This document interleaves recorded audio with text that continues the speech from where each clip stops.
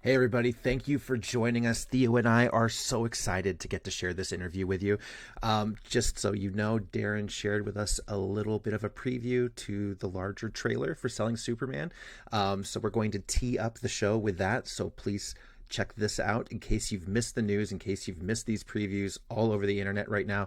Darren's going to be sitting down with us for 90 minutes here talking about the past, the present, the future, this collection, what it means to the community, what it meant to him and to his family, and what brought about this documentary. So we hope you find this conversation as absolutely fascinating as we did. And, well, enjoy the show. I was too busy raising my kids to realize what was happening. Certain rooms of the house were off limits. I would go over and you'd see like 30 boxes covered with a sheet. And I was like, what's that? He's like, it's nothing. We don't tell anybody about this. That was it for 40 years. I had to escape. I remember seeing a therapist and I finally let it out. My husband has comics. My father got the first solo issue of Superman from 1939. It was locked away for decades. He found out that was the second nicest copy of that book on the planet. That book could easily go for $3 to $4 million. I inherited over 1 million collectibles. What's that box value then? 80 to 90,000. Just right here. My father had Asperger's, but not knowing it caused a lot of friction. It seems like ultimate fixation and hoarding. He kept collecting and needed more space and more space and more space. You have no idea how oppressive he can be. He was constantly neurotic about the security of the collection. We have each of them humidity controlled, climate controlled, multiple layers of security. He would have thought that was cool. I'm sure his father loved him, but I don't know if Darren truly felt it. Nothing Darren did was ever good enough. He made life livable, but not worth living. I divorced. I said, I don't want any part of them. If I wasn't around, there would be a big dumpster outside and she would just own it. Actually, she'd recycle them.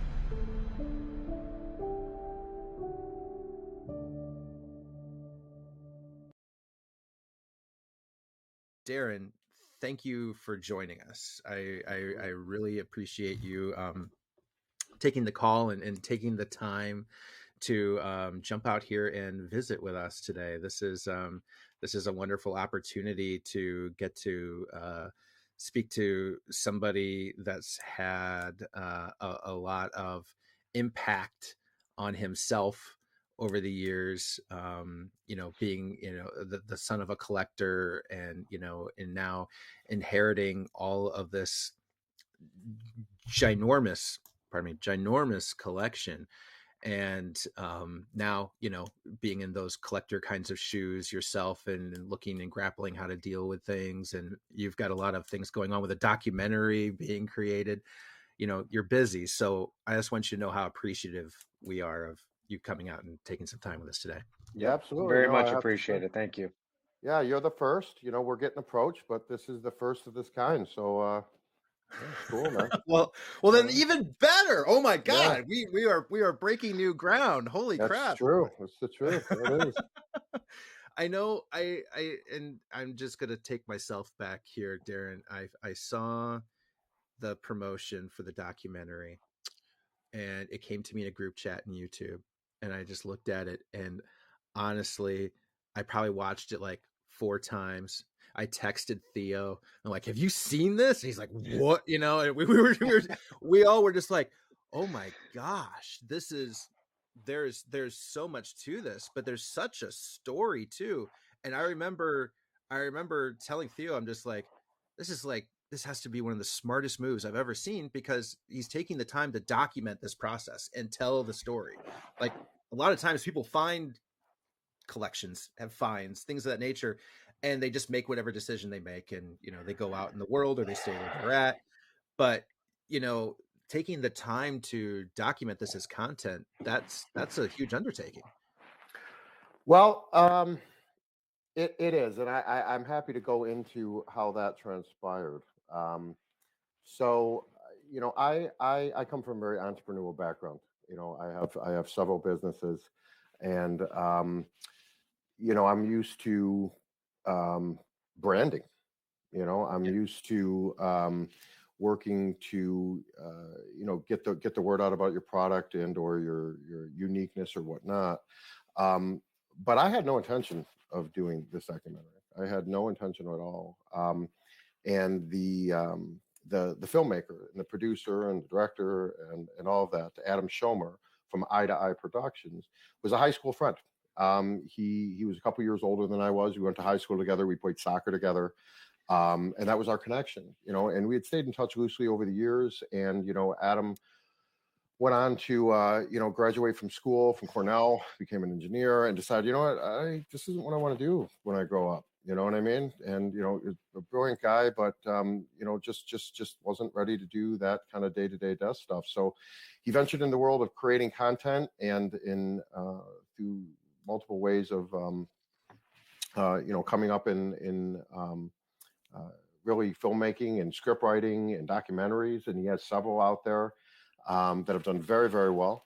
And, I followed that and watched his stuff and always a fan. I'm like, wow, that's great, Adam, this and that. So this all started because I was literally on a plane with books on the way down to CGC. And that is something I do all the time, as you can imagine. And when I go down, it's hold on really quick. So you were already flying books down to CGC prior to this collection? Absolutely. So you're already a comic collector. No, well, no. Prior to the film. Prior to the documentary concept. Okay. Way before anything. I'm like, man, this guy's already flying books down to CGC. No, okay. Well, here's the thing: as you can imagine, I was always exposed to this kind of collecting, but it was always a taboo and resented thing. I was always very aware of it. So, but it was the kind of thing where it was so available in some ways, but also so forbidden in some ways that I really wasn't much of a collector up until I saw the move with, Marvel and Disney and Star Wars and Disney. And as soon as that occurred, I started focusing more on an investment side of collecting a little bit more because, again, the entrepreneur brain and the investment brain kicked in and said, all right, well, Disney, they don't know how to lose. So when they just don't know how to lose. So the thing is, no matter what, they will make these things even more successful than they already are. And so I said, that sounds like a good bet, and why don't we capitalize on some of that opportunity? So that was my particular collecting. But the thing is that, no, I was on a plane. And when I go down to CGC, I typically take at least a short box or two at a time. And that's literally physically with me. You know what I mean? Like in the overhead, never leaves my side kind of thing, right? And so I'll either go alone or I'll go with a friend or with my wife or whatever else, so we can maximize that type of carry on. And I watched a documentary, and I kind of don't want to call it out because, but I watched a documentary about books, about like literally books, regular books. And what's funny is, this collection that we have, so much focuses on comics. There's sports cards of almost equal amount. There are occult books. We're talking about like UFO, anything from journals, like pulps and magazines. Yes, of all kinds. Some in different languages. There are World War II books. I mean, this guy, when he collected, he really collected. So the thing is that there's so much of a focus on the comics, but and I would still say that that's the by far the highest value of the collection. But there's so many other things. So I started watching this documentary on books and rare books. We're talking like first prints. Very, very valuable books. And I said, wow, this is incredibly informational. This is really wild, but it's very boring. And so I call up my friend Adam, and just a jest. I mean, I was just joking. I was literally walking through the airport. And I said, hey, man, just want to let you know, I watched a really boring documentary and I thought of you.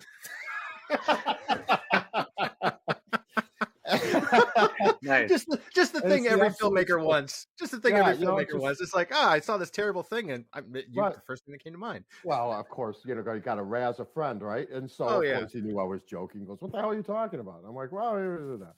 And so it just ended up, we just started shooting it. And I'm like, I said, here I am bringing books down to, this grading company. I said, dude, we could make something 100 times more interesting than this. He's like, really? Yeah. I'm like, I don't know. So he goes, well, I'll tell you what, I'm coming in town over Thanksgiving. This was, like you said, about a year and a half ago. And he goes, I'm bringing my camera. We're gonna shoot some stuff. I'm like, whatever. I didn't take it seriously at all. And so, comes over, we're just talking, he gets to asking more questions. And, one thing leads to another, and he does all these interviews and he's like, Darren, I think this is really amazing. I'm like, why? I said, who would want to watch a documentary about a kid that inherits daddy's comics? Like, what are you talking about? And so, he's like, no, there's a lot more here that you're not seeing. And it was the typical case of the forest and the trees. You know what I mean? It had just been my life and everything that I had dealt with. But, when you get into it, my brother, who is, we're very sensitive how we talk about it, but, he has some struggles, he's not special needs, but it's right there. You know what I mean? That's younger brother. And then you get into my mother, who's incredibly resentful, and a big part of the reason it broke up the family was this collection and his obsessiveness. When you get into the fact that we sacrificed so many vacations and outings and all sorts of things because of his paranoia about leaving the collection, starts adding up and, starts to become, like you said earlier, much more about a story than about collection and about individual comics.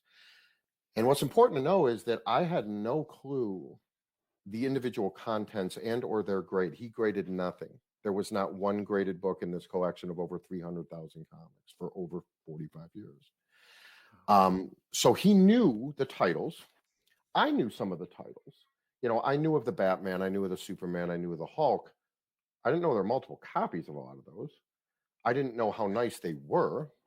I didn't know that there were hundreds of copies of many, many big keys at all. So, that was only until he started to get very sick that he disclosed a little bit more.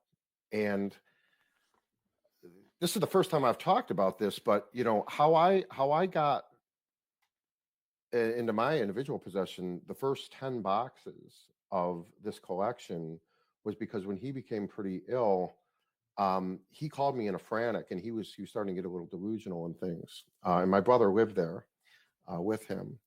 And he said, you got to come over right away.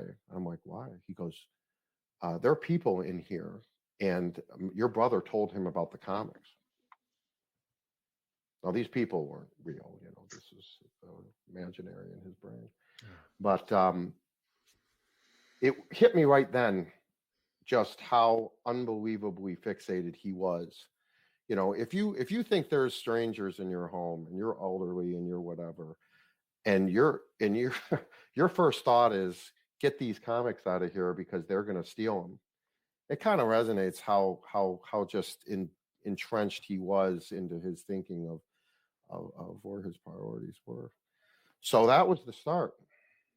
I saw on the Providence label and the making of, I saw the interview there with CGC, and saw Eric, discussing with you, with you telling the story, obviously, and Eric talking a little bit there about the creation of the Providence label, but looking at it,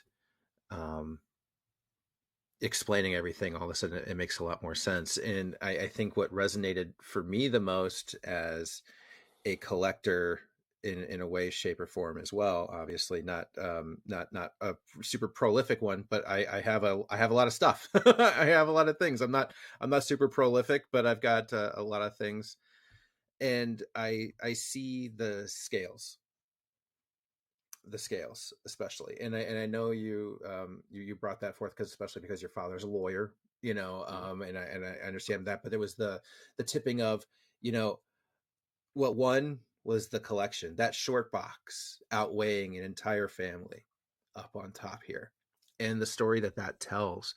And it's I feel like your storytelling and again, I don't want to step on the toes of the things that are going on in process, but what really spoke to me about this video wasn't the collection. It was the journey I feel like this has taken on I don't know if it's redemptive. I don't know if it's just healing, what this journey is going to end up being, because obviously, you know, we're staying tuned and we're going to find out. But I really do feel like there's also a warning out there too. Like, you know, this is, don't forget, this isn't just the legacy of books you leave behind, but it's the people too. You know, this isn't a lot of comics. When you trade and you buy, these were held and these were loved by many different people. These were touched by different families, by different kids, by different circumstances, race, ethnicity, gender, everything. And these labels are one of now of very few books that are actually telling the story of, like, where has this book been? What family was taking care of this book up until this point in time? And I don't know. I've never seen anything like that in comics. And that's what struck me as so wildly unique about this opportunity to really tell that story. I don't know if that really was what kind of dawned on you at one point in time when you were thinking about even the Providence label. You know, I mean, just I've just never seen anything like that. I'm just wondering how that kind of came to fruition.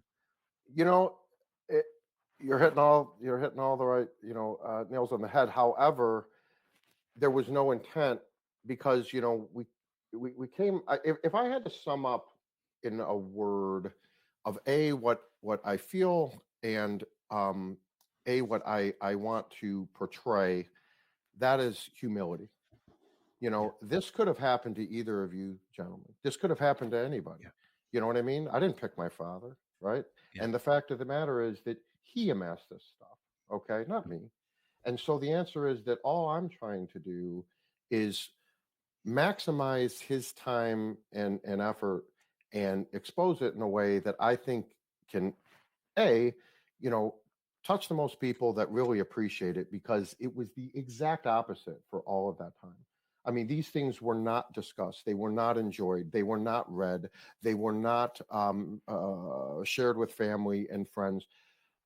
It was incredible to me to make some of the phone calls that I made to some of his surviving closest friends that had absolutely no idea that he had what he had, or that he was even that into collecting. They knew he collected, but not at this level. And so imagine living with, you know, what would be maybe your, I don't want to say prize. I mean, yeah, certainly prized possessions, but I mean, the thing is that something that was so important to you, and having no outlet to share in that. I was able to track down some of the employees of the comic store that he frequented, and I discussed it a little bit in that label trailer. Okay, it was called Classic Movie and Comic Centers in Livonia, Michigan. Some of the employees there, and they didn't even know the depth of what he was amassing. To me, that is just absolutely unbelievable, because I don't know where the Batman came from. I don't know where the Superman came from. You know, and so as far as the Providence label, you know, originally when we went to CGC, I was in discussion with Matt about pedigree, because that's what people know about, right? And you know, we were discussing it in different ways, and he really didn't think it was a great fit for that, because my father didn't buy all these originally himself, right? You have to be the original owner off the newsstand. Right. Now, certainly that's not going to, you know, account for a lot of the golden age, because he wasn't alive. You know, my father was born in 43. So the fact is that, of course, he didn't buy the Superman off the rack, and he didn't buy, you know, a lot of the Goldens off the rack. OK, but he certainly bought 70% of these things, you know, direct, maybe, you know, in the 60s, 70s, 80s. So it was an interesting thing, because, you know, they like to designate the entire collection with either pedigree or provenance or whatnot, right? Mm-hmm. So if I would have taken and let's say 50,000 bucks, 100,000 bucks, and said, okay, Matt, here's the collection. Wow, this is a beautiful pedigree. But the problem is that wasn't the whole story, see? And I represented the entire collection. So after that was all discussed, it was really volunteered by them that they still wanted to do something special at this level, you know, and not only did they want to designate it a Providence collection, but offered the opportunity to make a custom label. And I, in retrospect, am so thankful for that. Because being a pedigree, I mean, that's an incredible honor. There's 67, maybe up to 70 or something of them now, very finite, but there's still 67 to 70 of them out there. Many people try to get one and only few ever do. Yep. Of course, right? But the fact is that, when you get that, you get a differentiating label, you get that gray or black, very distinguished label, but it doesn't tell the story. And you don't have the opportunity that we did. And you don't get to put that amazing art on a label that's one of one for all time. That's one of the things that I try to talk about is that, whoever wins this Batman auction for whatever price, you know what I mean? And we decided to come out with that as the first one to make a really big splash. And, we've auctioned other books at Heritage, but never with the label. So whoever owns that book is going to own not only a beautiful book, but they're going to own that book in a label that will never be out there ever again, ever. Because unless it's from this collection, which we don't have another one that we certainly know of, there will never be another Batman one with that label in the history of the world. That's pretty special. That is special. That is special. Theo, what would be one of the next questions you've got? I've got a couple more still in the kitty here. I have a few questions. Before we get to that, though, there's a couple of things I want to touch on that you did say. I'm a seller of comics and collectibles. I've been doing it for about 3 years. I sell on Whatnot. I sell on eBay, Instagram, and I have 3 kids, and that is also something that I am constantly doing this with, right? So it's one of those things that it's like I know that I can't do this full time, until they're at a certain point. I'm constantly having to take breaks because I come from backstory. I come from a divorced family, so my dad was always working. So it's something that I don't ever want them to look back on and be like, well, he wanted to do that more than go play catch with me or something,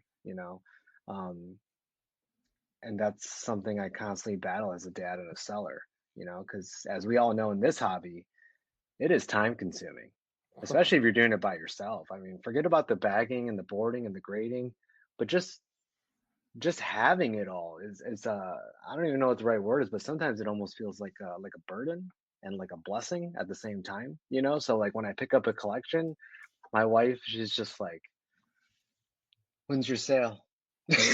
Just like, when are they going? I'm working on it. We're getting it out. Don't worry, we're getting it out. Yeah. And I've even had to like tone down on my own PC and make it more quality over quantity. So I relate to you on that. That's definitely something that's always in the back of my head as a dad. Like, don't overdo this, And at the same time, that's only gonna prevent me from really progressing my business the way I want to, right? So, but what's more important, right? Doing that or being a dad? I mean, like I said, you got to kind of really weigh that and do what's best for your family. So, I think it takes a lot of courage for you to come on here. I know you use the word humility, but I think a lot of people would look at your situation and say, you know what? At least you got left something, like that's a fantastic legacy that he left behind. I mean, it's historical, really is what it is. It is. And there was decades with an S that this was in discussion in our home about what the eventual plan was. Okay. Was it going to be something that we did as a family? Was it going, but with him involved? Was it going to be something, that would just be dumped?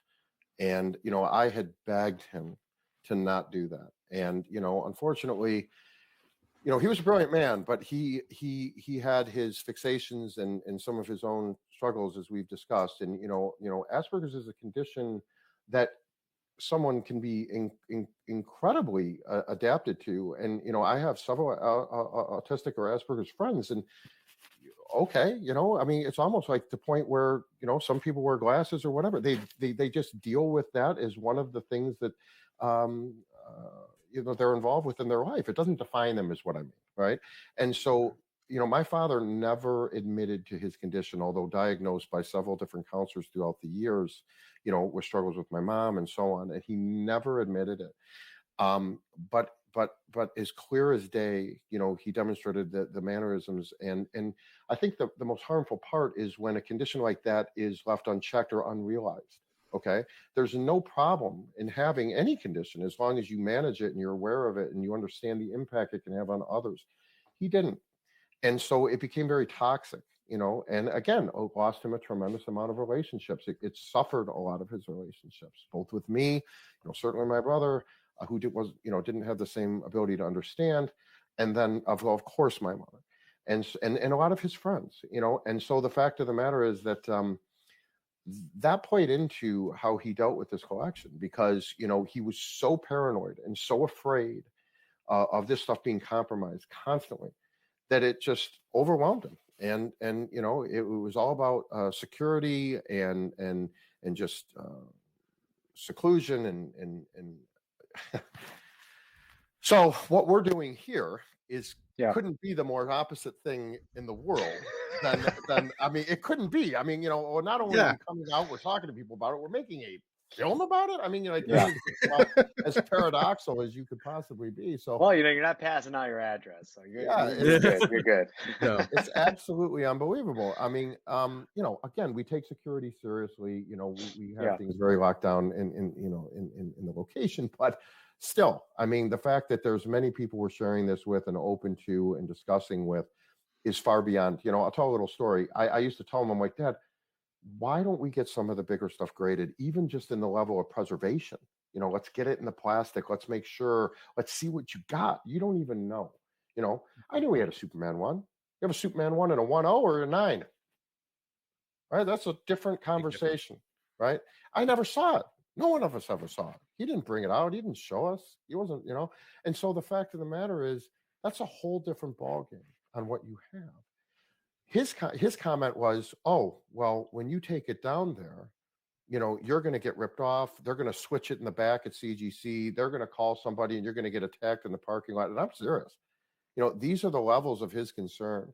So if that's just any kind of example of the kind of paranoia that we were dealing with, that's just the tip of the iceberg. I'm like, well, Dad, and I can respect that too, because I mean, clearly he knew the value of what he had, but he didn't. He did potential, right? But he didn't. Like you say, did he have something worth $50,000 or $500,000 or $5 million? I mean, he had no idea, zero idea. Yeah. And in this hobby, at the end of the day, if you can do something that'll better your life through your collection, I mean, ultimately that is the end game here, right? Well, you know what? He experienced zero benefit from this collection other than to know he had it. Mm-hmm. None. This is more obsession than totally. This was Gollum's ring, man. This wasn't so much a collection as it was an obsession. Totally. Yeah. And it ruined him in so many ways. It took so many relationships from him. It caused so much resentment. And to your point, I mean, at least if he would have said, okay, I'm 60-something years old, I'm 70-something years old, and I'm cashing out, then what? He wasn't a rich man by any, financial standard. He was not hurting, but he in no way was, living, a luxurious life. That's fine. Mm-hmm. Okay. Not to say he needed to, but the fact is that he in no level experienced the end result, like you said, the light at the end of the tunnel, the end game, none. It wasn't the, okay, well, at least I know I have one of the nicest copies of this book in the world. I'm not going to sell it, but at least I know. He didn't get that. He didn't get to experience it with the end. He didn't get to experience it with a friend. He didn't get to dig through boxes and have people be wide-eyed. He didn't get exposure like this where people appreciate what he did. On no level, none, did he benefit. And that's a tragedy. That's unfortunate. Really sad. It's really unfortunate. It's really sad. Because as collectors, I mean, that's like, one, we like to have, nice things, but then two, we like to share that with our cohorts, like that's what this is all about. Dude, I have dozens of comics displayed. It's no fun. It's no fun doing this alone, otherwise we wouldn't be here. No, either alone or at least out and displayed and to be enjoyed. I mean, we're talking part of the reason these things were in such good shape is they never saw the light of day. Yeah. Yeah.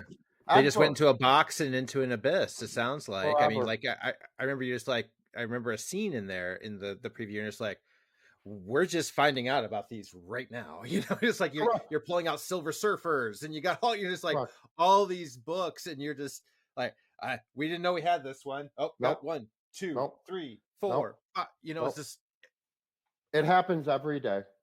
A few weeks ago, we, you know, and again, I'm still, I mean, who isn't? Everyone's learning constantly. Okay. But we whipped out some, you know, old golden age stuff that was huge that I had passed right over. Massive it's like, stuff. oh, Are you Because what are allowed you to going to say do? the You're going to title? look up every single one? Well, I mean, the thing is, well, it's funny. Early on, this is, you know, again, I mean, to you guys, you'll laugh, but I mean, again, everyone has to start somewhere. You know, I wasn't really big in the golden age, so it's funny. We actually literally had Heritage up, okay. You know, Ed and Matt from Heritage, because you know we've had some visitors. We've definitely had some visitors, okay. And so, anyways, one of their trips up, you know, Ed is going through a box. And you know, we're deciding kind of some things to deal with and this and that. And this was a random box. I mean, we're a random box. And he's like, "Have you been through this?" I'm like, "Yeah, I think I skimmed through it." And he's like, "Well, you know, you probably want to get this graded." He whips out a Mask 1 and probably a 6. I think it ended up being like a 6. I didn't even know what it was. I'm like, "Wow, that's a neat cover. It looks like a tattoo." I didn't even know Right, what it was right. because I just Yeah. didn't know what it was. Okay. And so Yeah. what? You know, I mean, that happens all the time. And the thing is that it makes it exciting, right? A little bit, but it also makes it a little nerve-wracking because the fact is that we just don't know. And you know, we're working with some dealers to move some things as we go along because, gosh darn it, you want to offset some of these grading fees. You want to offset some of the travel fees. You know, you Yeah. want to offset some of just the everything that's involved. You know, but you know, there's so much on one hand, but at the same time, you don't want to do something that's rushed or rash. You know, Yes. the benefit of myself is that I have no need to rush anything. While this is an exorbitant amount of money, none of this is changing my life. You know, again, I've been very fortunate to have very successful businesses in other disciplines, and you know, I just want to not do anything that I'll regret later. I don't want to do anything because I rushed. I don't want to do anything because I was forced or tricked or whatever, you know? So Right. that's where the focus really is. You know, we're working with very trusted people. And again, I do the research. And to your point, I mean, it's so much work that we're just kind of taking our time. And again, we don't have any pressure to do anything. But we're trying to, you know, let go along the way with the things that make sense as well. You know, and someone may say, "Well, why the heck are you selling a Batman 1? You know, what are you doing? Oh my God." We have reasons. We'll talk about that in the film and so on. You know, but Well, that, and to your credit too, I mean, like you said, you got to offset some of these fees. I'm sure you guys are being pretty strategic in the books that you are selling and holding on to. You know, right now it's kind of a buyer's market. It's not yep, we're really the trying. best time to sell, but you know, Yep. there's still some meat on the bone on a lot of books out there. And you've already mentioned some fantastic people like Heritage, like Matt over at CGC. So it sounds like you guys already got really good resources that you're going to. Yeah. Do you guys know the I guess I want to say, do you guys know the proper, or do you guys know the channel of distribution that you guys are going to kind of be going down when you start selling off larger pieces of this collection? Are you going to go strictly Heritage, eBay, Well, your own website? great questions. I would have to say, and again, they've asked me not to disclose, but if you're familiar with Heritage and how they operate, you know, they work with some of their more interesting sellers or whatnot on the buyer's premium end. So, you know, if you're a large seller with Heritage and you can show depth, you're very rarely getting 100%. You're getting 100% plus. Right. Yeah. Okay. So you're getting over 100%. So that makes it very advantageous to deal with them on the bigger books, as you can imagine. However, with that said, there's no guarantees, there's no reserves. You know what I mean? And the thing is that you need the right people to show up to that auction, or you could have, you know, a swing of a lot. Dramatic You know, I mean, the proportion. thing is that A lot of risk with auctions. there are risks. I mean, because the thing is, who's showing up? You know, who's prepared? You know, right now in the auction, this auction is a very Batman heavy auction. It just happens to be. That's by luck. There's a 7.0 Batman 1, there's R80, and there's a Detective 27 hanging out there in a 6.0. So, I mean, that's a very Batman, you know, heavy auction. It is. It For is. anybody Now, watching this on replay, that was the first appearance of Batman. right. Comics 27. But see, here's the thing, is there's the philosophy of it, and this is the part I enjoy, you know, and I love this, the business end of this, right? Is that a good thing? Is that a bad thing? You have a lot of eyeballs on Batman, but you also have some competition, you know. So you have a situation like, okay, so we're auctioning off the Batman 8.0. Well, maybe someone decides, I can live with the 7. I don't want that. No, I want you to want my 8, right? And I want you to be the big bidder, and then I want that under bidder, because you need 2, right? You can't have one guy, one girl, one person, one anything. You can't have one. You need 2 in an auction because you need to play them up, right? So there's all these things at work, you know. Does the heavy Batman auction help us? Does it hurt us? And this is the case with all of them. You know, we've sold other big books through Heritage so far. Nothing, of course, at this magnitude. But, you know, they've been incredibly great to work with. But,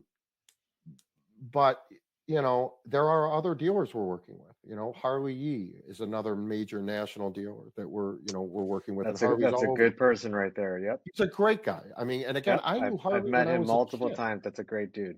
Yeah, I knew of him as a kid.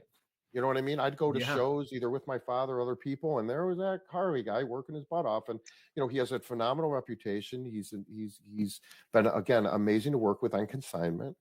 But you know, and then we have others. You know, there's other dealers like, you know, Josh and the Hatchback Kid, and that we've shown in the trailer. You know, I mean, he struck me as just a really honest, hardworking, up and coming guy that I met at Detroit Comic-Con or Motor City, and I'm like, you know what, man? And again, you'll find out a lot more about Josh in the film. There's a lot more depth there in that relationship and how that really developed. But you know, these are the kind of connections in the stories that we're telling, is that we've met a lot of great people, and we're able to help them, and they're helping us, and it's a synergy that has been really magical to experience. It's like nothing else. It's like no other business arrangement I've ever been in. This industry, this hobby, whatever you want to call it, is just filled with so many good people. And I think that it's just a like-mindedness. And I think that, you know, I don't know. I've only met a couple of people with some egos, and they've been very few and far between. And that's refreshing, you know, and I certainly never intend to have that either. No matter what we have or don't have. Again, it's one of the first things I say to people, you know, it's just like, oh, you know, they're like, oh my God, are you the guy? I'm like, no, I'm just the guy that got daddy's books.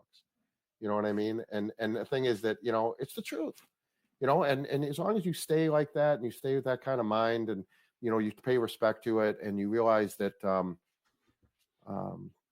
know, people are at every level, you know, trying to get some of this stuff. It's amazing. You know, Strange Tales 169, right? You know, nice, good first appearance, right? Brother Voodoo and so on. You know, we that's one of the books that my father, for whatever reason, spec heavy on. We have like 175 copies of that book. Okay, so we've been real liberal about, and they're all 8s and above. I mean, you know, because they were bought perfect and stored away. So you know, that is something that we've dealt with a lot of different people on, fulfilling their grail. You know, I mean, if that's something that's really important. And I can't tell you, every single time that we deal with someone that, like, you know, really, really wants a copy of that book or whatever else, and they've been waiting and waiting and waiting, it's just a magical thing. You know, so I can't tell you how all the experiences. You guys probably experience it all the time. We'll have to talk later. There's one I'm looking for, actually. Well, there's well, and again, I mean, whether we have it or we had it or whatever, and you know, I am documenting everything that we've ever sold. For multiple reasons, obviously, just to know, and of course, I have to account for that. Oh yeah, but it's a wicked process. I don't know what else to say. I mean, just in the logistics of it. And the one thing I feel bad about is that people that do approach me and say, "Hey, do you have this?" I don't know a lot of times. Now I know every single graded book we have because I record it in GP analysis. But the problem is he didn't keep the stuff in order.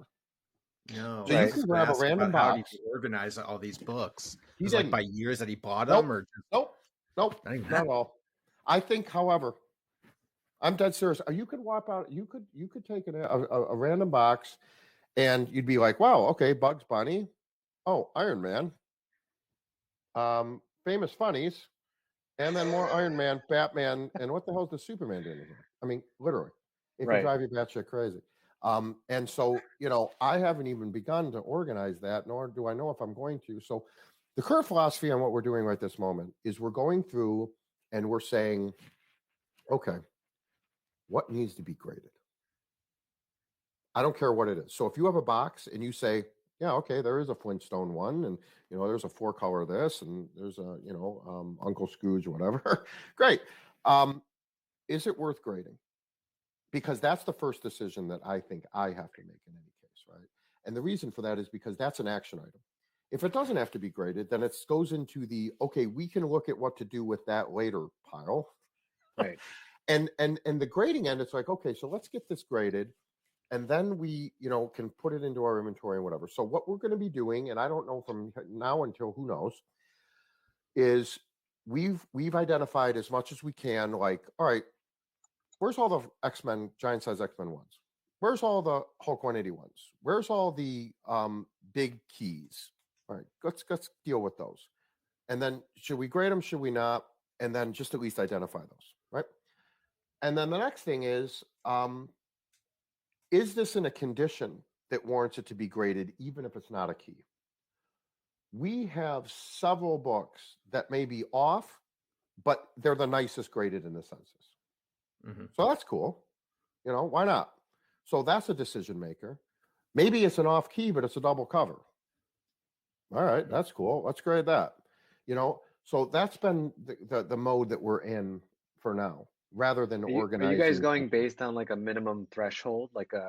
So if it's like, X amount of dollars, pretty much such and such grade range, okay, we're going to send it out. Pretty much. Yeah. If it makes sense, okay. Because the thing is, if we think that, people will pay the same for it raw, then it's not worth doing.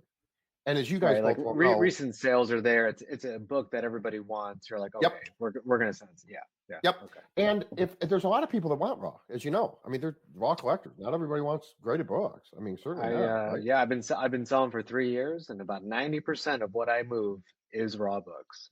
Yeah. Amen. I do slabs too, but I have 3,000 comics and 6 slabs. Amazing. That's it. Raw books make the world go around. Yeah, and what I find is, I would say, and nothing on CGC, but I consider that to be the purest. From what I've found. The purest collectors. Look at it. Well, that, and I don't like to say this because it constantly reminds me that one day I'm going to have to reholder the books that I already do have. But keeping a book in a slab long term has actually been proven to not be good for it. You actually have to get it reholdered because there's the micro chamber inside of there, and gases get trapped, and all this other hoopla that I don't really know too much about. All I know is that I think it's 7 to 10 years, give or take a year, you have to reholder a book that's been slabbed for preservation purposes. I asked that to Matt directly, and he kind of dispelled that a little bit, which I was surprised, because you wouldn't think it'd behoove him to do that, because again, that's more business. But the thing is, he was very honest, and again, one of probably the most amazing, humble guys, for being as powerful in the industry as he is. Absolutely unbelievable to work with. But the fact is that he did say, a little bit of countering to that. So I'm not saying that's incorrect at all, because that was a huge concern of mine. I'm like, good God, am I just continuing? Am I going to have just, thousands or tens of thousands that I need to do that for over time? And you're absolutely right. How daunting is that, Right. So there's a little bit of back and forth on that. Again, I don't know the true number, but I do agree that if you keep it quality, in quality conditions and environmental conditions raw, it appears to be,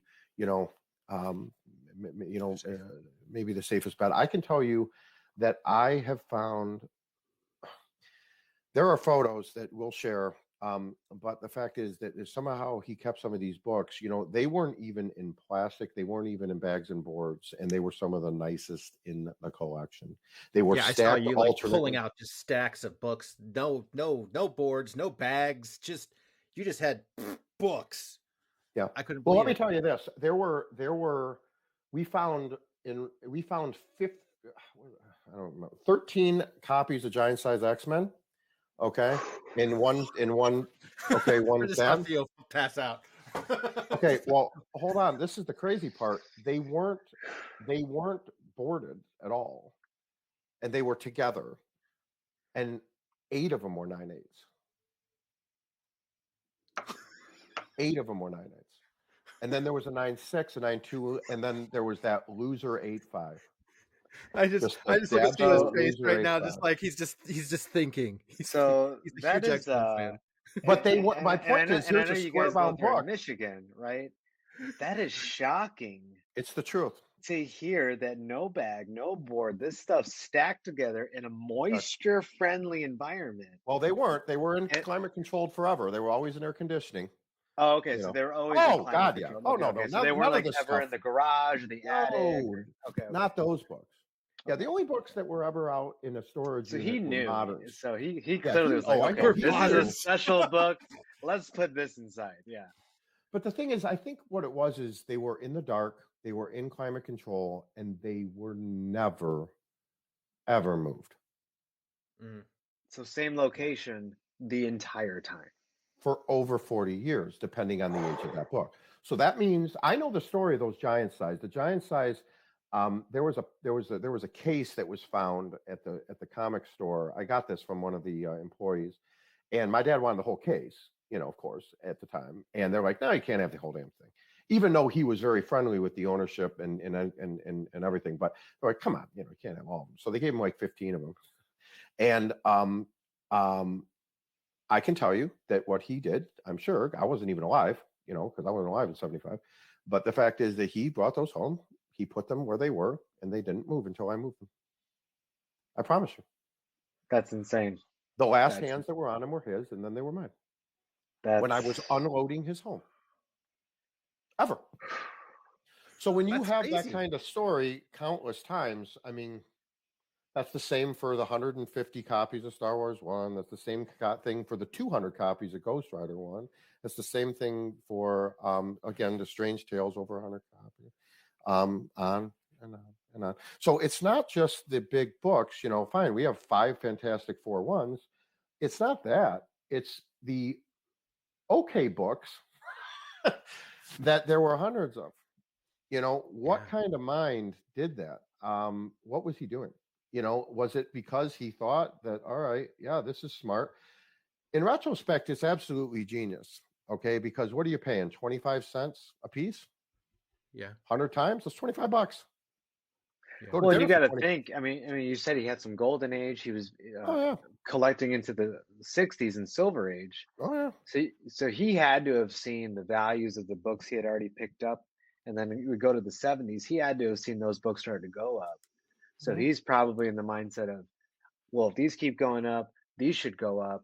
Right. Now let me go ahead and make my 100 copy play on each, Well, and not on everyone, but why? But what's funny is it almost sounds like whoever didn't do that is crazy, right? I mean, all I can tell you is, I mean, this is Warren Buffett logic now. When it rains gold, you don't put out buckets, you put out bathtubs. Yeah, it's just smart. Okay, you don't diversify. You focus in on the winner and you go hard. So if you believe, and it doesn't mean you're right, but if you believe this character Ghost Rider is going to do well because you saw Marvel Spotlight 5 kind of do okay, why wouldn't you buy 500 copies of Ghost Rider 1? Anyone that isn't is silly. Isn't that funny? No, you're not wrong. I'm not wrong. Absolutely true.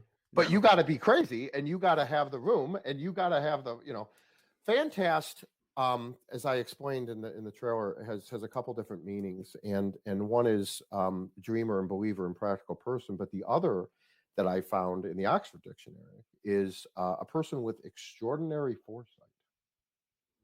How interesting is that? And so there's so much little detail here, and it's funny. I find it so, again, so much humility in the sense that people are responding so positively to these trailers, because they're about 5% of what you're going to see. Mm-hmm. I know. I mean, I know what you're going to see. I mean, and the interviews and the things that aren't there. So Yeah. don't concentrate on what's in those trailers. Concentrate on what's not in them. Yeah. Because there's nothing there yet. Like, I mean, you just have no idea yet all the depth of this. So if you, again, I find it incredibly humbling and amazing that people are so responsive and emotional, and they're like, oh my God, I showed this to my friend and they teared up. I'm like, wow, that's so amazing and powerful to me. But what's more powerful to me is like, well, what happens when they see the whole thing? Because the thing is that when you see my brother's interviews, when you see Josh's story, and when you see the other family dynamic, when you see the impact that this has happened on certain people, I mean, I just never thought that something like this would happen out of this. And I mean, I couldn't have ever imagined the impact and the meaning that it's had. The amount of Instagram messages I get from people in the autistic community, or people that live with someone with the condition, or people that have the condition, that are like, oh my God, this hits so home for me. Yeah. And I'm like, wow, that is incredible. I'm meeting with a gentleman that's autistic and very much embraces it. And I met him at Detroit, and I'm trying to be very sensitive. And at Detroit Comic-Con, Motor City, I try to be really, really sensitive to these people, because the thing is that sometimes they're not as comfortable coming forward, right? They're not as confident to come forward. And we had an entourage at the Motor City Comic-Con. We got interviewed by the news, and we had these cameras everywhere, and it was pretty wild. And I kept noticing this guy that you could tell something there, and he kept coming by the booth, and he kept coming by us, what he was doing, and he was just staying on the outside. But I kept noticing, and I finally approached, and I'm like, hey man, and very softly, I didn't want to like scare him away almost, and I said, hey man, do you have a question or something? I said, I'd love to talk to you if you do. And he goes, well, what is this all about? And he saw our, we had shirts on for the film and so on. And I told him a little about it. And he's like, well, I'm an incredibly large Superman fan, and I just wanted to share a couple of things. I'm like, absolutely. And I took as much time as he wanted to give me. I even called Adam over with the camera to capture a little bit of it. And it ended up that he ended up giving a panel about one of the most amazing panels I've been to, and there were only like 4 of us in the room. But he gave a panel out in Grand Rapids Comic-Con, and he invited me to it. And so he invited me, and he's like, well, I'm doing this panel on Archie superheroes, like Archie superheroes. And I said, wow, I don't know anything about that. And he goes, well, I'm doing a panel, and if you want to come. And it was something right then and there that just immediately made me commit. Like, I'll come. I'll show up. And I did. And, I went to his con, and I went to see him, and, we hung out, and it was a magical thing. And the thing is that it meant as much to me to be there as I think it did to him. And so that's the kind of just little bit of story that goes along with what we're doing. And so it ends up that he's coming out to see me and see the collection this Sunday, and we're going to hang out. It is awesome. And we've exchanged a bunch of emails, and he sent me some gifts. It's a relationship that was formed. And you know what? He's part of this now. And it just took a little bit of awareness for me to just recognize this guy wanted just to share a little bit in this and ask some questions where, maybe a lot of people wouldn't have even noticed him, or maybe thought it would be awkward to even involve him. And you know what? It's quite the opposite. And again, it's nothing with me. It just I think that it's really important that this awareness can be shared, and that you can expose that there's a lot of these kind of people that maybe dismissed or otherwise. And I don't know. It's something that I'm trying to bring some sensitivity and awareness to. That's all. So, I mean, it's so much bigger than the comic books. Well, it's just so much bigger than the comic books. I mean, Right. Well, I It's mean, just that's kind of the gift of comics, really. Is that it really what it does is it inspires and motivates people from all walks of life, ages, genres, you name it. I mean, many people, a lot of people I talk to can't tell me there's a superhero that they can't relate to, or that totally, doesn't motivate them, or that totally. they don't inspire to be like, right? So I sold an Avengers 4 to a veteran that great was, book.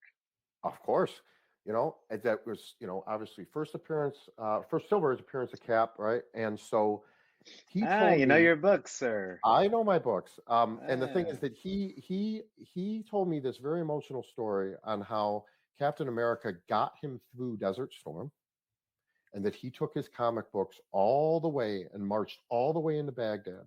And and they couldn't take very many possessions, but he took his captain books, and that it was a motivator for him man, to, keep I swear on my life. And here I am, that's like literally almost awesome. trembling, giving him this book. And I was able to give him to him at an incredibly fair price. And in fact, if he would have told me the story beforehand, I probably would have given it. But the fact of the matter is that he was so emotional and so open with me about what this meant to him. It was one of his grails. What do you do with that, man? You know what I Right. mean? You just take the comic book and throw it all away, and you say, that story, I'll remember forever. Here's a guy who's fighting for our country, fighting for free. I have a massive respect for, veterans in the military in general anyway. And then to hear what this meant, and to think that this book was buried in a basement or in my dad's collection for how many years, doing nothing for anyone. And here it has the power to have this kind of emotional response by both of us, him and me. Yep. Yeah. I don't know, man. I mean, again, Well, I've been humbled over and over. yeah, and him looking at that, think about every day and getting that sense of inspiration and happiness. That's priceless, All the time, man. That's really what it's about. It's That's what it's about. unbelievable. So again, one of the things that I know that Adam, the filmmaker, because he's such a deep, thinker on the true meaning of things, is differentiating differentiating value and price. And it's something we talk about repetitively in this film. There's a big difference between value and price. And one of the things that I say, and I said it by accident one time, but that I say again and again is, I spent nothing on this collection, meaning to get it, right? But I paid a very high price. Yeah. And that's the cost truth. you a lot. All right. I did. I may not have spent anything on it, but I paid a really high price. And so did my mother, and so did my brother. And that's interesting to think about, because people fixate on the price of things, and they may not fixate on the the value or your and when I say price, I mean dollars, or whatever currency. But Right. the fact is that there's a huge difference. You know what I mean? I don't know, again, how do you put a value on what that meant to that veteran, right? How do you put a value on it? The comic that I show in the label trailer, that special comic, that Superman, 166 is hanging in my basement about the candy Christmas. cane. Mm-hmm. I have no value for that comic. That comic has no. I mean, what I mean by no value, I can't put a value on that comic. There's no. I can't put a value on that piece of art in my house. That if it was on fire, behind me running around to kids' bedrooms rescuing them, if I could, that would be one of the things on my list to get out of that house. Yeah. I mean, so I think that concept is very powerful, and it touches on many times in this film. I think a lot of people forget what, and this is something you and I talked about very briefly at the beginning, is like, what stories kind of come along with comics. We've a lot of people have stories. You don't know the stories of the people that had them. And personal note, like I've got a daughter with a genetic condition called neurofibromatosis. It's like second only to autism as far as like most prevalent genetic disorders.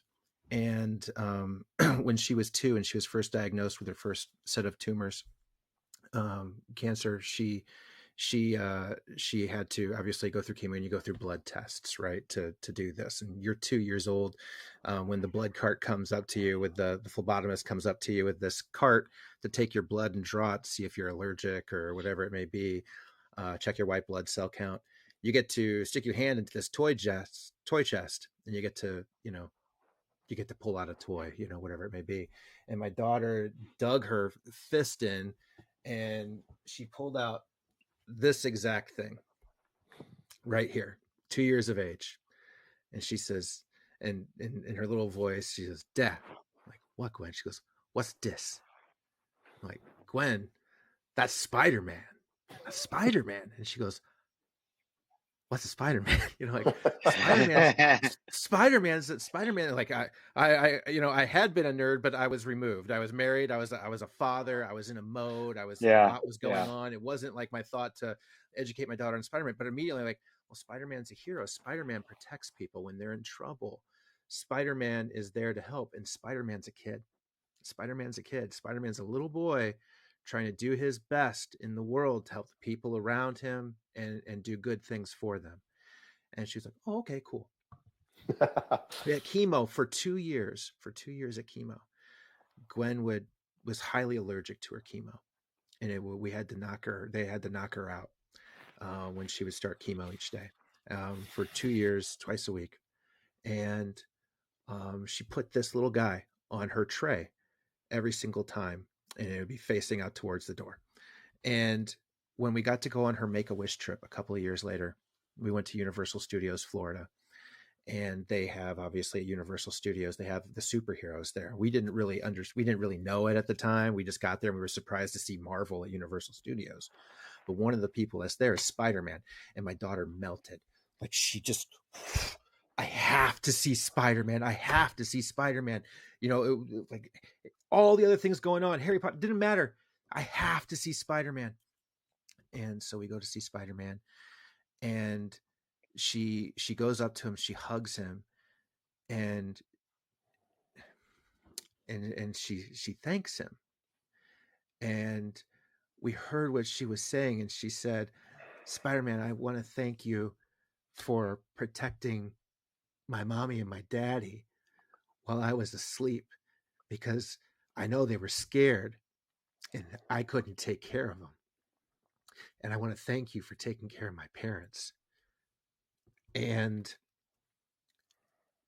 we never understood up until that point. We had no idea. We just, okay, she likes Spider-Man. It was cool. We watched the cartoons, but we never knew her reason why she was so dead set on every single time taking this little bath toy with her every single time we went.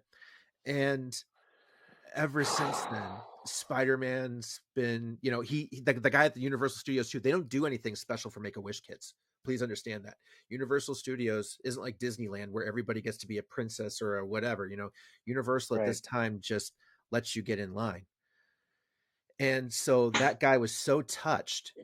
He said, "Okay, we're going to be coming out for a minute. I want you to stand right here for the parade, like be by the side.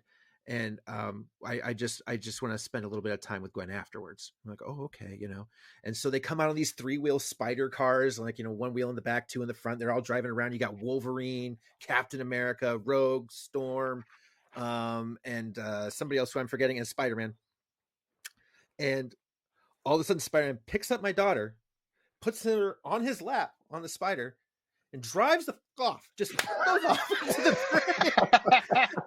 and we're looking at each other like, somebody just stole our kid. Like, what happened? Manager runs up. He's like, "Hey, I just wanted to let you know, everybody was really touched by Gwen and her story and her struggle, and how much Spider-Man meant to her. And every single one of the cast wants to spend some time and hang out with her in the back of the lot. Come on back with us." And they stayed back there with Gwen, just playing for an hour as Storm, as Rogue, as Cyclops, as Wolverine, as Captain America, and as Spider-Man. They all autographed her shirt, and she was on top of the world. And she's 16 now, and we're on her 3rd round of chemo and treatment for things, and superheroes and characters are the reasons why I have these comics, because we share those stories. We take that time together. When she was young and she was losing her vision, she couldn't see the TV all the way over there. She had to have things very close to her. So we could share a comic book. We could see those pictures. You didn't have to see the words to understand everything that was going on right at that moment. And Gwen's what brought me back to comics. Gwen is 100% what brought me back to comics. I collected comics as a youth, and a lot of people have a story of what brought them back, but it was my daughter's affinity with Spider-Man and what it meant to her and to us as her parents. That was the reason why I got back into collecting, because all of a sudden I was just like, there's a Spider Gwen. There's a Spider Gwen. Like, I have a daughter named Gwen, and there is a Spider-Man version of it. It's like, so, like, that's the book on her wall in her room. Cause I mean, she is my Spider-Gwen. She is, she is that hero to me. She was all that time. She was trying to protect us when we were trying to protect her. And I think that's what it goes to being, how much these stories can impact people. And that's why I do this with, like, Theo. I made one of my best friends in my life just through going through comics and talking about stuff. And we get to go on YouTube and we get to talk to guys like you and others with these incredible stories that nobody talks about. And it's just, it's beautiful, man. I see what you're doing with these labels and the story that you're telling and the awareness that you're spreading. And I just want to thank you for taking that time, because it's important. These things mean things to people, and this collection being shared with the world and being taken out of that darkness and brought into that light is a huge thing. But I have to ask in that question as well, and I don't even know quite the answer to this. What kind of impact has this had on your family, in your relationship with your, I mean, I don't know if you have children, and I apologize. I wasn't able to glean that from the information I saw in the preview and whatnot, but what kind of impact does this have on your family? Well, there's first of all, thank you for that. That's I'm so happy to add that to my arsenal of stories as one of the most powerful and incredibly personal. But I mean, love you, buddy. Incredible. But I mean, it dovetails. What I was thinking a lot of that time, in all listening to that, was there's been a repetitive theme, and it's at the end towards the end of the original trailer, and there's a scene where I'm very emotional. And I say, it's not about the book, it's about what it means. And, again, it's not about that toy, it's about what it means. It's not about that character at the park, it's about what it means. And I think that is so important to come back on, and that a physical possession, can have so much more of a meaning, behind it. And when people ask me, are you going to sell this? Are you going to sell this? It's not about the book. It's about, letting go of what that means to me, or what symbol that has. And again, that can be remembered without the physical possession, I guess. But, that's very powerful to me, is that, you can tie such a powerful, again, are you going to ever throw away that little suction cup, Spider-Man? Oh, hell no. Ever? What's it worth? It's worth 20 Priceless. cents. That's right. But it's priceless. It has no value, and it's worth nothing. And it says "Made in China" on it somewhere. Yeah. But it's right. Yeah. Right? I mean, probably does. I haven't looked yet. But you know exactly what I mean. It doesn't matter. Yeah. I mean, and so that has undescribable value. Forget the price. So anyway, as far as the family end of it, I have to answer that in two parts, because I have two families. So I'm a stepfather of 4, and I to all the stepfathers out there that consider those kids their kids, I'm one of them. I couldn't define my love for them, as I'm sure you couldn't, either of yours. and there's that family that I have with my wife, and then there's my family of my brother and my mother that were a part of the story, for my entire life and their entire life, and it affects them both different. As far as my kids and my wife and so on, they don't fully connect, the backstory of what we went through growing up, but I hope that they see, and they see by example. I don't push it on them. I hope that they see, they're teenagers and everything, and they have their own stuff going on. And, again, there's guys over making a movie in the house. Like, what's this all about? They've, of course, seen the trailer, but I do hope that they take away the deeper meaning of how we're trying to impact people. And it's not just about money and not just selling things for an amount. It's discussed, but I don't know how much it's sinking in. We'll find out. But again, I don't try to push it on them. I want them to just see it. I want to, I want to let my life speak. I don't want to do it through words. I want to have it be, and that's how I do everything with them. So what they take away, they take away. I don't try to impress or make lessons of things. I want it to be just evident. On the other side, there is a degree of healing. One of the most important things that you see in there is my mother, on that bench to the right on the label, right, and my wife behind her, comforting her. That is insanely important to me. Releasing my mother of the burden and or being able to show her that this has some positivity, not just to my immediate situation, but to others, has been incredible to share with her. She's incredibly supportive now. We're all going to fly down to the auction together in Dallas for the final moments of that auction. So we will be physically there at Heritage as a family. And my brother, my mother, my wife will be there. Obviously, the crew, the people in the label, some of them, the core people, to experience that together, those final moments, no matter what they end up being. Again, whatever the price is, but it's the process. It's that someone's going to become a new owner of that book with that first label. It's historic, no matter what, and we're going to enjoy that together. So, yeah, I'm very mindful of trying to keep the family, both sides, very aware. We intentionally did not include the kids in the documentary because I never wanted them to ever be hindered by it. Where there was something that, could ever later be any kind of negative. I didn't even want to risk that. We talk a lot about their importance to me and my role as a father and how I'm trying to do it substantially differently than the way I was raised. Because, I wasn't given any kind of a real emotional connection with my father. And at the time, I didn't know he was incapable of it. He was always very dismissive of the fact that he would have any kind of disorder, or I don't even like using that word, but uniqueness to showing empathy or pride. So I never felt it. And it was very difficult because it's like, wow, I think I'm doing some pretty cool things as a kid. And, I never got any big trouble. And, I was accelerating a few things and man, I was doing real good in sports and again, showed some real aptitudes in some other ways. And why is this not recognized at all? And it wasn't like I was digging for the compliments, but I was confused by the lack of them.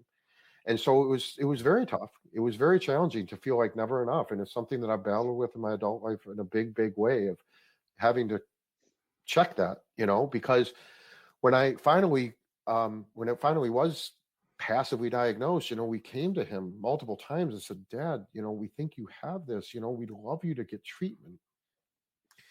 And, he'd always deny it. And the fact was that it was like so difficult because I'm like, well, you either have something you can't help, and so what? You know what I mean? Like if you have poor hearing, you wear hearing aids. If you have poor sight, you wear glasses. If you know what I mean? You have a heart condition, you take heart medicine. So what? Yeah. It doesn't define you. It's just something that you need a little crutch. Everybody does in some way. Why can't you just admit this at the relief of your friends and family? And so when he wouldn't on a repetitive basis, it became, well, okay, well then I guess you're just a jerk. You either have a disability or you're intentionally doing this. If you look at someone in a wheelchair and you say, well, why don't you get up and walk, you lazy guy? That's horrible. That's a horrible thing to say. They're there for a reason. They'd love to get up and walk. Well, he was in a wheelchair, treating everybody like he was, handicapped, but said, well, I can walk just fine. Right. Yeah. How do you deal with that? So Well, again, that I well mean, then I think there's one thing too within comic book collecting that a lot of people don't talk about, but we always kind of like dance around it. And there's a fine line between collecting and hoarding. And oh, we're always like tiptoeing on the line of that right there. right, So right. yeah. My closet of shame is right behind me right now. Okay. There you go, right? You know what? I think part of that has to do with intent, right? If your intent is to sell or move it, or you have a plan, if you have no intent other than just to amass and amass and amass, and you get comfort by just being around it, which is what he was, then I think you could definitely use that word hoarder. I mean, I don't have a problem with somebody that has hundreds and hundreds of thousands of books if they have a plan and they're and it's a focused thing and it's not hurting other people. I think Yeah. that's one of the Right. other piece too. It can't hurt your family. It can't hurt your loved ones. And this was repetitively told to him that it was. You know what I mean? And it just didn't seem to matter. And as you said earlier, that's depicted in that scale. Mhm. It's very powerful imagery to use. And in the process of designing the label, I am not an artist, but I very much appreciate it, which means I can't create it, but I can very much appreciate, and I don't want to say critique it, but kind of dissect it and say, wow, okay, I see this, and wow, what if we did this? So that's been an amazing process to work with such a talented artist to go back and forth and say, well, hey, I see what you did there, but can we incorporate this? So I'm very proud of that label and the depth we were able to do on such a small finite space, because that's what I knew I needed to do. I'm like, I have to use a tremendous amount of layering to this, Mhm. and you see a lot of that in tattoo work, right? You have a finite space and someone wants to have that, but they want to tell as much of a story as they can, right, in a certain area. So it's that same kind of thinking. So I have a lot of respect for that and our ability to do that. So I really can say that I'm incredibly pleased with how it turned out, and I really wouldn't change much about it. And again, it was so important to me, at least on the front, to stay very minimal, because again, as I said in the other trailer, I don't want this to be like our ego show or something that we're forcing on people. I wouldn't be at all um, feel disrespected or at all offended if someone bought that Batman one. The first thing they did is send it to CGC to put a normal label on it. That's just fine. It's their book. They can do whatever they want with it. And I have no ego about it. We're just putting it out there that if you do want to have a part of it, if you do want to designate it as part of this collection, well, here it is. And any slab that's ever been sold that we have sold has the ability to send their book in. And with that serial number, they'll know it's from us and they will reslab it with that fantastic logo or label. So there are thousands of books that we've sold in slabs that are from that collection. And if they want to send it in, or if they want to at least check the serial number or something like that, they'll have the ability to get that label. But in the reverse order too. We're going to reslab most of the books in the collection, and so be it. If you want to reslab it to a universal label, go right ahead. Of course, it's your book, but I just won't ever be offended by that. I would totally respect that. And again, that's why in the front of it, we just wanted to make sure okay, here's from Fantastic selling Superman, to show that it's from that film that hopefully maybe people see and say, wow, I have a book from that film. That's kind of cool. Or not. And I don't care anyway. Well, I think if it was ego, it would be a logo, just a logo.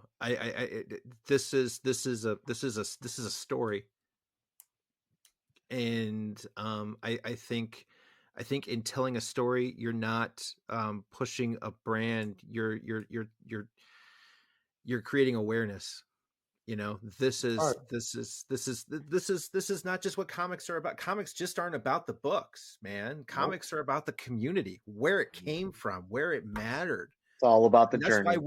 that's why we're all here right now, man, is the journey. Thank you, Theo. Perfect word, man. And this is I think the one thing that we lose a lot in slabbing in it's that where has this been before? Whose hands has this touched? Where was this prior to? That story, that human element, the human interaction that came with that. And that's not, again, that's not against slabbing or CGC, but it's just, it's the concept of this is being able to mean more than just the pieces of paper that are in there in it, right? This came from something bigger. And I think that's beautiful. I think that's beautiful. I've just always been, again, whether it's a humility or a shyness, is like, okay, so, some stranger to me, is going to buy this, in many of our books. And, why would they care about our story, and if they do, great. If they don't, great. But, if it adds any more, uniqueness or specialness to that person's collection, then great. And if it doesn't, they have the opportunity to send it in and get it reslabbed, or they can just crack the thing and have it raw, for God's sakes. I mean, people do that all the time. That's the beauty of a slab. Yeah. They can be open, folks. 100%. I mean, and my buddy Brian, my best friend, I mean, the guy in the film, that's my right-hand man in this, he prefers raw. And there's books that we've given him that he has opened, because he's just 100%. And 100%. That's my guy. Yeah. And so he's a purist, and God bless him for it. But, again, it gives someone the option. If they want to share in the story and they want to say, you know what, something about this story touched me, or it meant something to me, then it's a little reminder. Having that little label on there is a little reminder that they got it from that, and there was a story behind it. And, right. Again, that's good. I mean, it gives them the option. That's all I can say. So, I just wanted to put, I mean, when do you get an opportunity like that, right? Ever, and I wrote that up, and it's in the Heritage book, in the Heritage catalog. I don't know if you guys get the Heritage catalog, but if you do, you should have it any day. But I did post it on my Instagram, and I posted all the different pages that they gave it. I'm just, again, humbled. I don't know how many times I could say it, but I mean, we have like 5 pages in the Heritage book that it's something to do with us. I mean, that's incredible. And everybody that goes to is going to be able to at least read. Even if I think it's the stupidest thing in the world, they're at least going to be educated and be like, wow, somebody thought about this at least a little bit more than 2 minutes, and that's enough. That's enough. I mean, that's enough. So anyways, I just think it's very important that people don't get the opportunity. That's why I want to do these and come on, and people to take the time. And again, thank you for thinking it's interesting enough to talk to me. I just want people to know, yeah, well, this isn't a money grab. This isn't about like, ooh, this will add value. If it does, great. If it doesn't, whatever. I was actually worried that it would detract.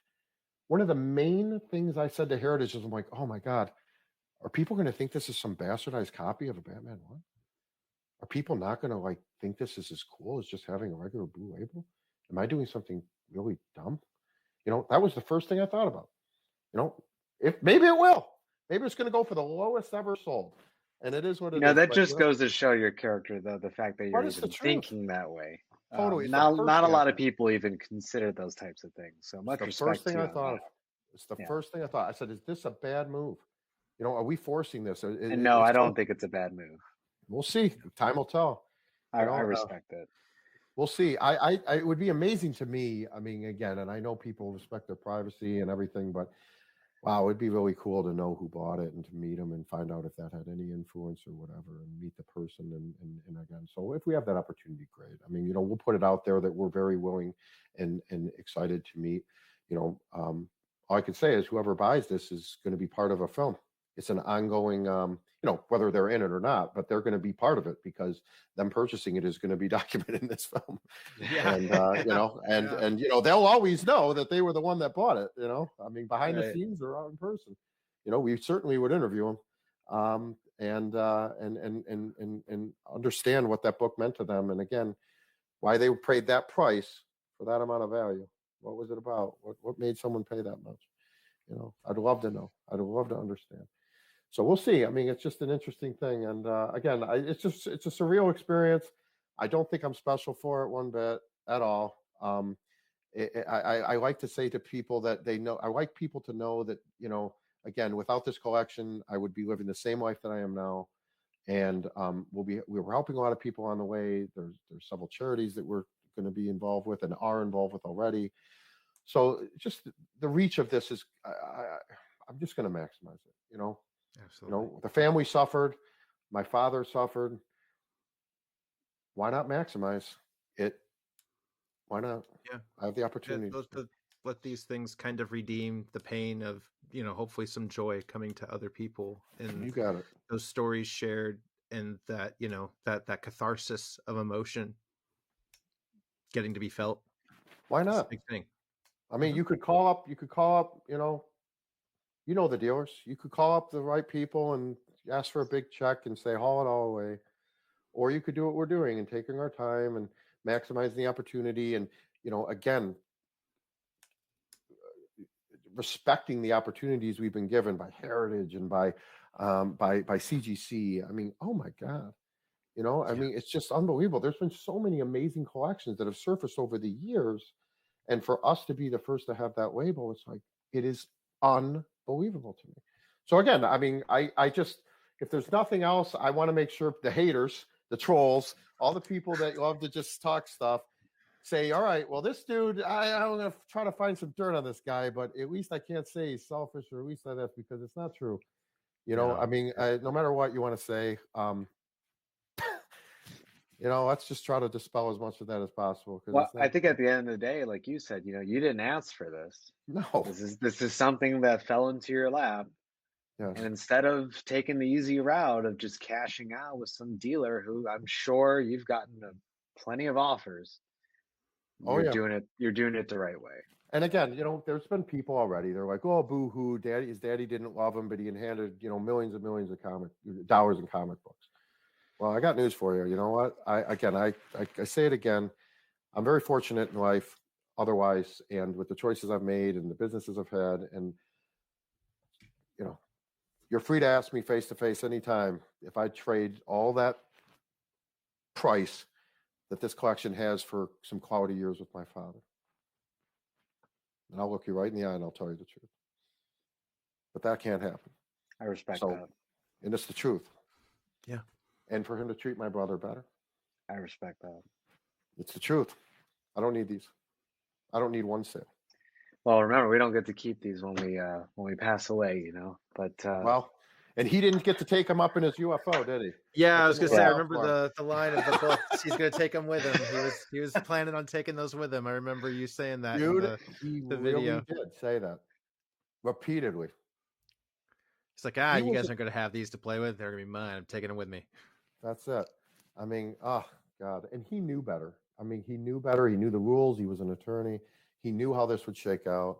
He knew what I'd be burdened with. And the answer is that, there's a lot of people that have given me a lot of different perspectives, whether it's like, oh, he'd be smiling at this, or, maybe he in some strange way knew that your personality would do something like this. And maybe he did realize how special this was, and that, he couldn't maybe foreseen all this, but I don't know. It's a pleasant thing to think about. It's certainly more pleasant than him thinking, who cares? Let him deal with it. I'm going to be gone. Maybe we can, maybe I can at least, if I rationalize it, maybe I can take away that there was intent. Yes. Maybe there was. I'll never know, but you can either believe there was, you can believe there wasn't. Why not go with a more positive view? I don't know. Always. Amen. Always. Life's hard, man. The world's crazy enough.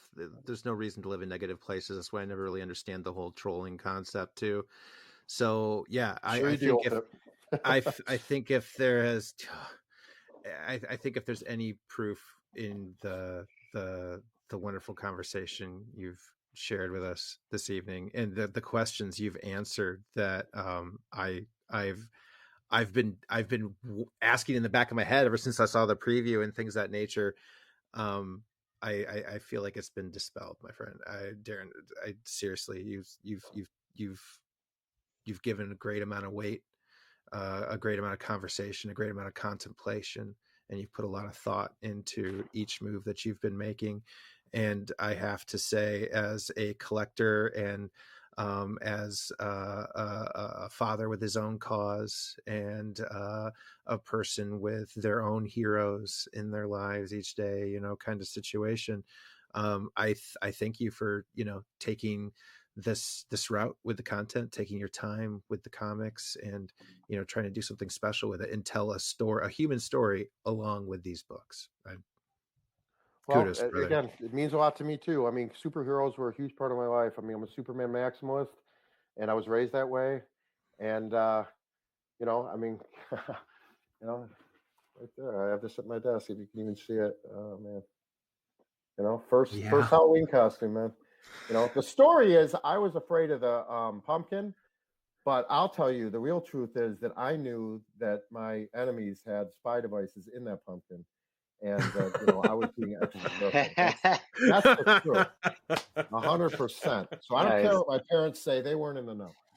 They didn't know the whole story. They didn't know the whole story. I knew what was going on in that homemade. You know, and pumpkin. we got to get you on in the future too to get an update on the progress of this. 100%. I mean, anytime. But again, hey, and you know what? You're going to witness the sale, and that starts there. Sort of. I mean, again, it doesn't, you know, but you know, the sale of the Batman is kind of our big coming out. You know, we waited, we knew about the label for months in advance. We kept it quiet. You know, we weren't in a rush. We wanted to pop it at the right moment with the right kind of story. We intentionally didn't put any other books in this platinum auction. We wanted the Batman to be the focus. You know, we discussed it with Heritage. There's a lot of other things being discussed that you'll come to find out. But the fact is that, you know, I, again, wanted it to just really be powerful, you know, when that auction came out, and for it not to just be about, you know, some big sale. Hopefully it is, you know, again, I mean, gosh, I mean, the last sale of an 8.0 was $2 million on that Raleigh Road transaction. You know what I mean? And that wasn't an auction, so we'll see. But again, I'm not focused on setting an all-time high one way or the other. You know, I'm focused on the process. And again, it would mean more to me to just know who the heck bought it. You know what I mean? And again, I'm not guaranteed that whatsoever. I mean, people are entitled to their privacy, 100%. But, you know, again, just if I can, again, convey that, you know, to know why, and to know, you know, to know where it's going to go, you know, the worst possible thing I could hear would be that someone bought it because they thought it was underpriced and they think they're going to flip it in a year. That would kill me. You know what I mean? I don't want to hear that. That would kill me too. It would kill me. I mean, and again, people are entitled to do what they want to do. It's their business. But you know what? It's just like I said in the trailer. You know, the biggest fan of Superman, the biggest fan of Batman. You know what I mean? And whatever the reason for that to be your hero is, and why you want that book, whether it's a trade up or it's your first copy or whatever, man, that would be so powerful for me to know. I mean, whatever the money is, we'll find that out later. You know, why'd you buy it? You know, what does it mean to you? You know, and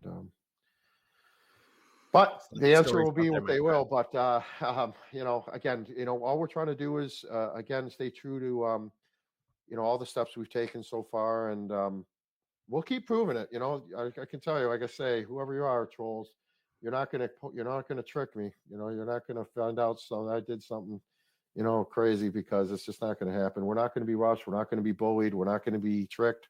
You know, maybe we'll do something that we didn't, you know, maybe intend to by accident, but it's not going to be because, you know, we weren't focused. And again, I believe very much in the lessons that the superheroes tell us. You know, again, I was always a big superhero fan, and you know, I mean, you got this, brother. You got so this. just say what you want, but you know, I mean, Superman's a pretty good person to look up to. You know, he's not bad. You know, people can have their favorites, but you know, he's not bad. He's all right. No, he's not bad at all. He's all right. I don't see. I don't see. Well, you know what they say, with great power, right? No, that's exactly right. But you know what's funny about that is that I recently read something. It was on Reddit, and this really captured me. And this is really cool. Whoever wrote this, and it was a questionnaire, and it said, what was Superman's biggest flex?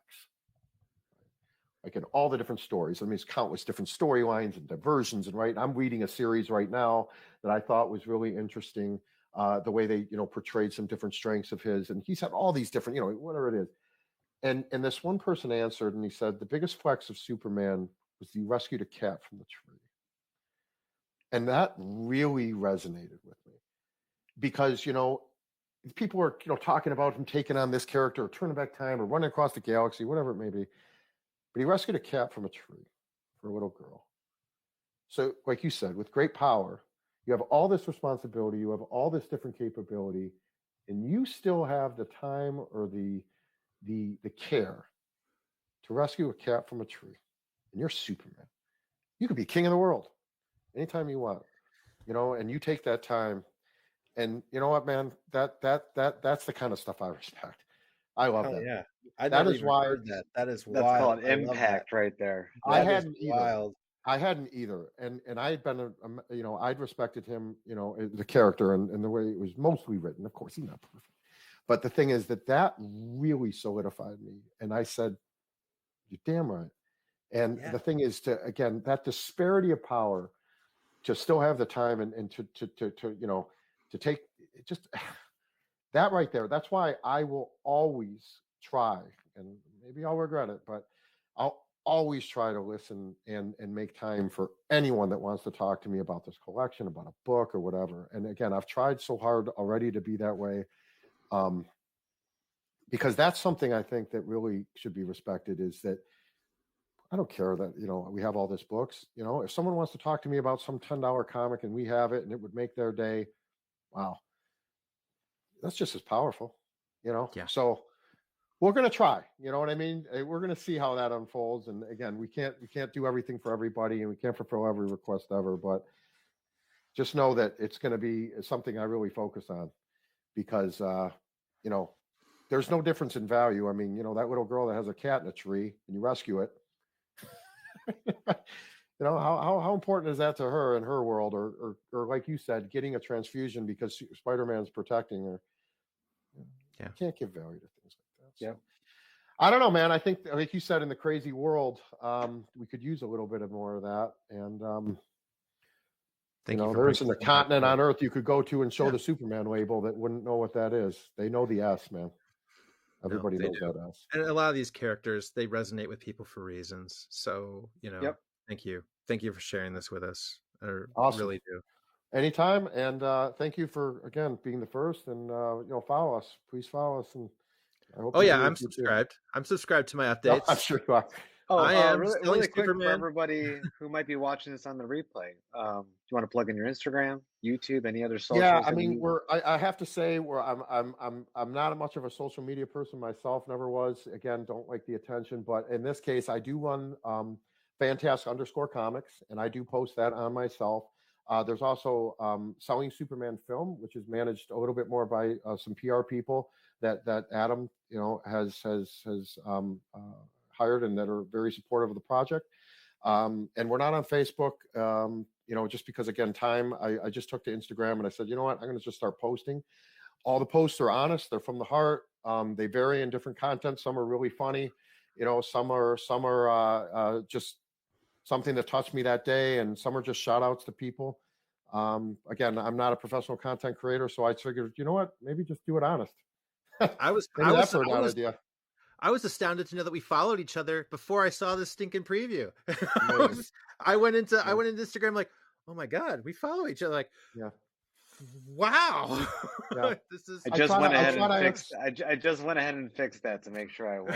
Okay? Cool. I am now. Thank you so much. Well, again, I try to answer any comments. I mean, they're always humbling. Yeah. I've had some really deep ones. I've had people say, wow, I have ASD and this is what this means to me, and I can't wait to see it. And again, it's just surreal and humbling that, something that was such a pain point can positively affect people. And, through funny books, right? They're just funny books, aren't they? Yep, funny books. They are. Funny paper. Well, thanks again for joining us tonight, Darren. We sincerely appreciate it, my friend. Appreciate you, man. And again, everybody, make sure you check out Fantastic Comics on Instagram and check out sellingsuperman.com for keeping your updates for what's coming in this documentary. And hopefully we're going to see you at some conventions this year. You will. We'll be at several. So thank you.